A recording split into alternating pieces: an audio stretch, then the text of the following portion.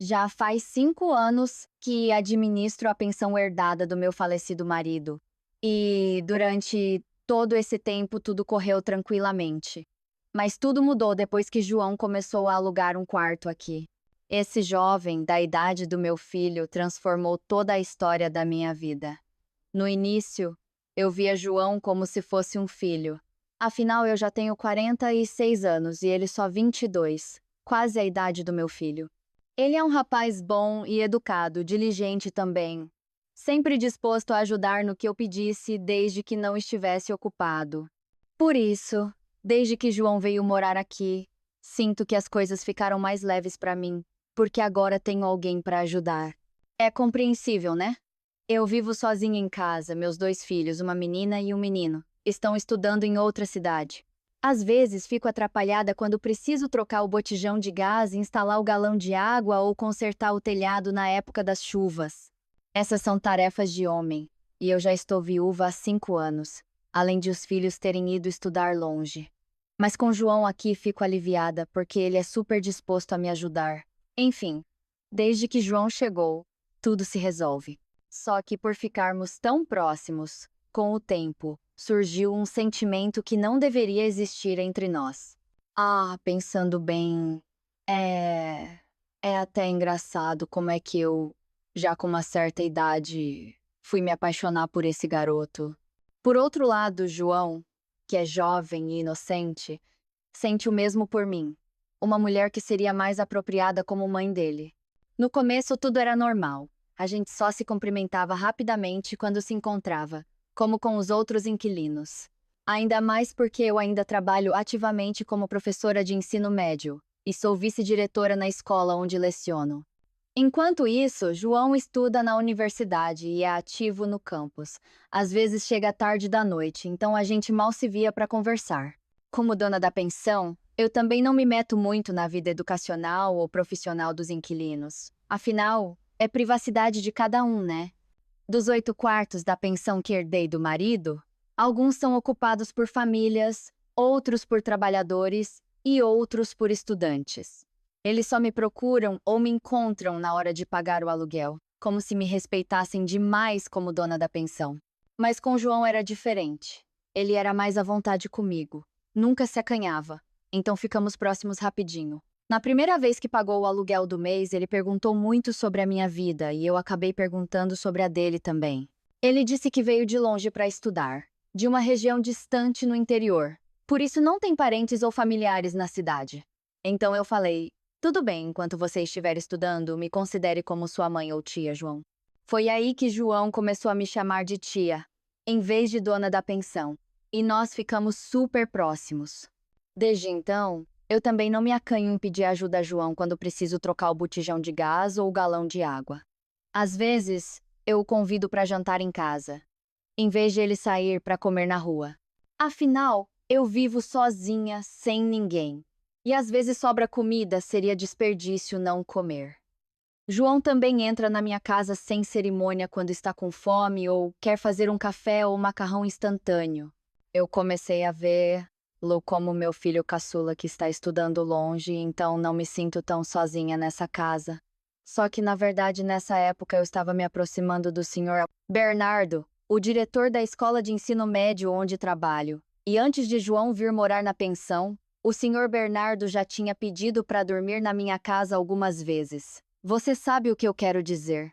Eu não sou hipócrita, aos 46 anos e viúva há 5 anos. É claro que há momentos de vulnerabilidade para uma mulher.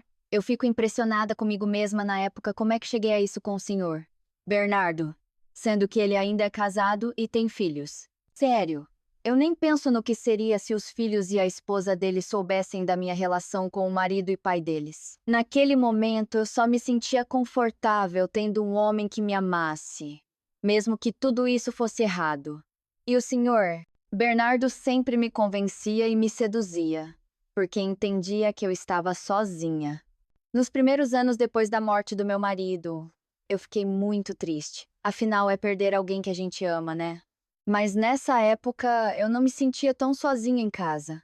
Além dos inquilinos, meus 2 filhos ainda estavam no ensino médio e fundamental.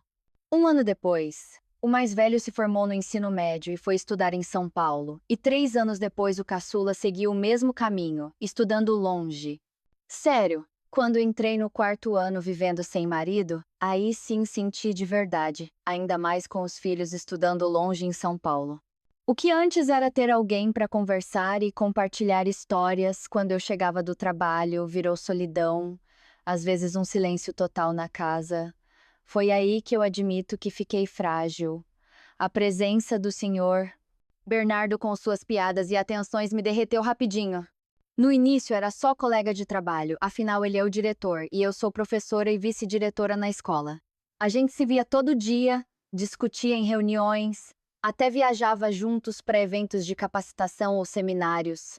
Até que em uma ocasião, no fim do ano letivo, a escola organizou uma excursão para São Paulo na época da promoção das turmas. Eu normalmente não ia, preguiça de viajar de ônibus para longe, mas como o destino era São Paulo, eu fui para ver meus filhos de quebra. E foi aí que a minha relação com o senhor Bernardo ficou mais íntima pela primeira vez, não era mais só chefe e subordinada.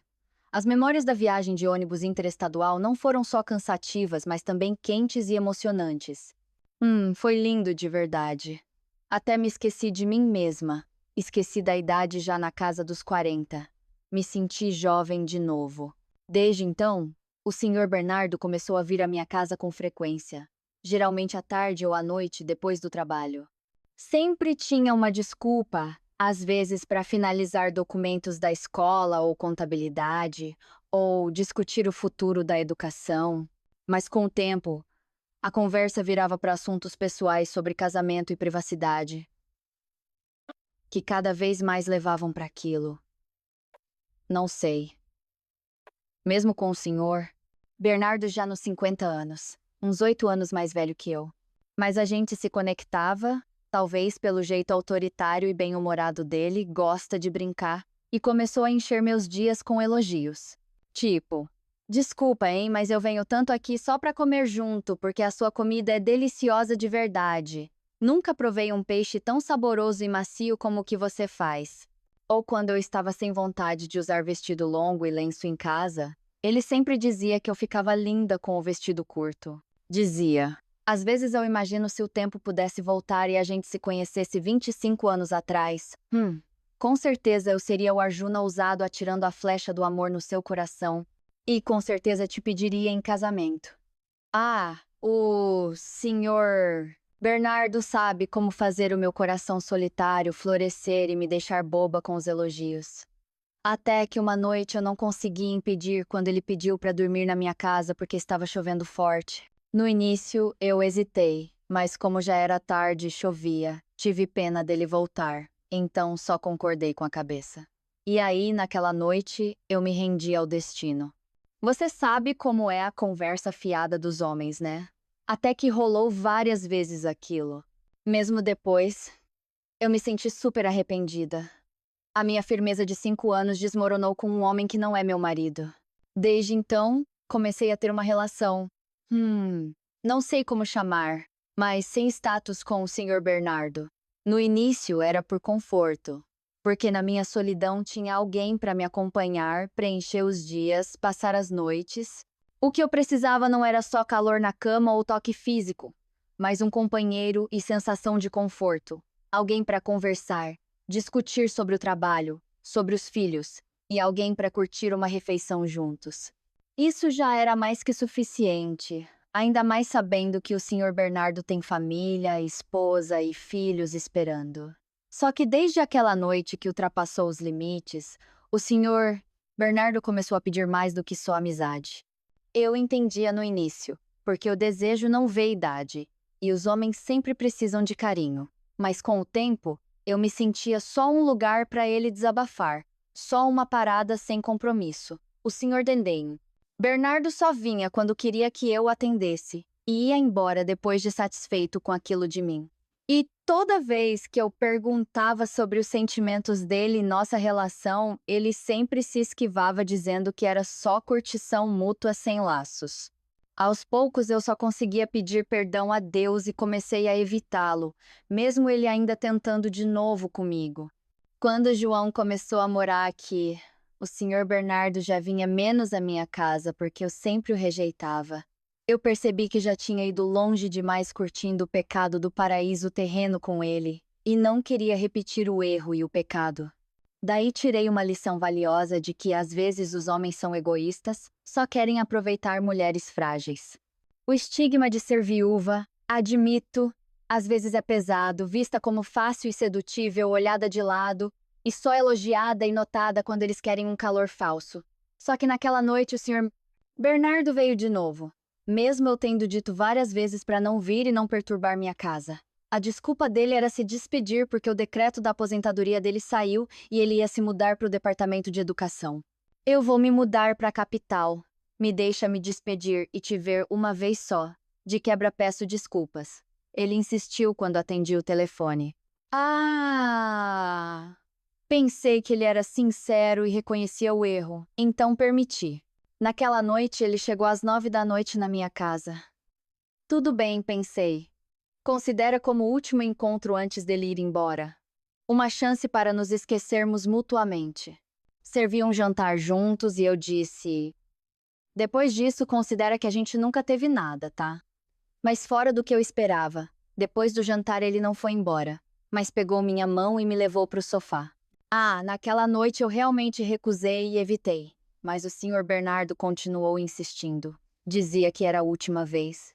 E continuou me puxando e me deitando no sofá da sala, começando a me beijar e seduzir com todos os elogios. Meu coração batia forte, entre raiva, irritação, mas também um sentimento crescendo que eu não queria admitir. Ei, o senhor disse que era só despedida e pedido de desculpas, hein? Por que isso de novo? Para, não continua. Eu continuava afastando e tentando escapar. Mesmo o senhor Bernardo parecendo não ouvir mais. Calma, relaxa, curte essa noite. Eu sei que você também quer que tudo volte a acontecer. A voz dele tremia rouca como contendo uma tempestade interior, o sorriso dele se abrindo como se tivesse ganhado. Eu me sentia à beira de um abismo, um passo errado, e eu cairia de novo no pecado, sabe-se lá qual.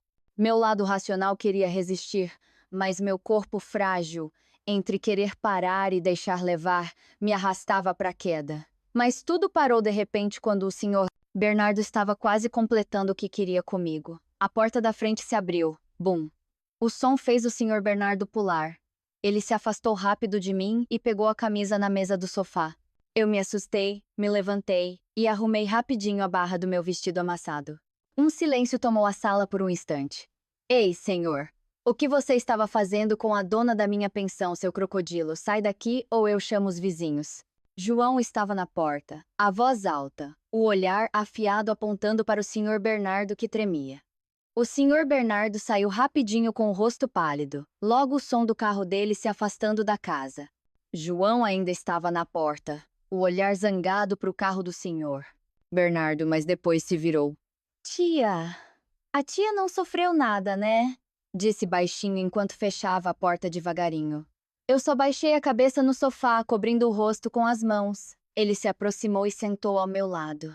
Ah, não sei, naquela hora eu sentia minha alma revirada por 1 milhão de sentimentos incertos. De um lado, eu estava irritada com o senhor Bernardo, mas quase me deixei levar pela sedução dele. E quando eu já estava me rendendo para cair no pecado de novo, João chegou e estragou tudo. Por outro lado, eu me sentia aliviada e grata, porque João apareceu na hora certa para me salvar do pecado. Mas eu também me sentia super envergonhada. João descobriu todos os meus segredos, minha relação com o senhor Bernardo, até que sem perceber as lágrimas caíram e eu comecei a chorar soluçando. Senti as mãos de João me acarinhando e me abraçando com carinho. Tia, a tia não sofreu nada, né? Não fica triste. Aquele crocodilo fugiu apavorado, tia. Sorte que eu ouvi a voz da tia da cozinha quando ia fazer macarrão. Pensei que era briga. Eu fiquei sem saber o que dizer, só mais boba e chorando encostada no ombro forte de João. No fundo, pensei: ah, João, você me deixa envergonhada como uma garota salva pelo rapaz dos sonhos. O coração fica assim. Ah, João, naquela tarde fazia mais de 3 meses que ele morava aqui. Ele ocupa o quarto do canto perto do corredor para a casa principal. Eu pedi folga da escola. Afinal, naquele dia eu não tinha aula, então pude voltar mais cedo que o normal. Não sei, porque de manhã João disse que tinha folga da faculdade e eu quis muito vê-lo e agradecer. Ah, João acordou tarde, tinha acabado de tomar banho e estava deitado relaxando quando bati na porta do quarto dele. Ele pareceu surpreso porque, como dona da pensão, eu quase nunca vou aos quartos, no máximo se tem algo ou preciso falar com os inquilinos, eles vêm me ver na casa principal. Por isso, quando abriu a porta e viu que era eu, João ficou nervoso e pegou minha mão para entrar. Ah, tia, entra rápido. Vai que os outros inquilinos veem e falam. A voz dele baixa enquanto me puxava. Ei, João, que é isso? Por que fechou a porta? Respondi. Sim. Fiquei surpresa porque João fechou a porta. Eu só vim agradecer, João. Você é engraçado, como um inquilino escondendo a namorada. João só deu um sorrisinho bobo enquanto coçava a cabeça, ficou mais nervoso. Mas, jovem é assim, João foi teimoso. E acabou rolando aquilo. Quando eu ia sentar na cadeira, João segurou pegando minha mão e sorriu de leve me olhando. Desculpa, tia. Na verdade, eu sinto ciúme de homem safado como aquele da noite se aproximando da tia. Talvez seja ousado, tia. Mas eu não consigo mentir. Eu gosto da tia. Eu amo a tia. Não é brincadeira, tia. Uau, pensei, como é que pode, João? Eu sou bem mais velha e você é jovem, da idade do meu filho. Mas não sei. Fiquei sem palavras ouvindo a confissão de João. Não conseguia falar nada além de baixar a cabeça envergonhada. Como é que uma mulher de 46 anos é amada por um jovem como João? O que o mundo ia dizer, né? Eu ainda estava atônita quando João ousou levantar meu rosto e...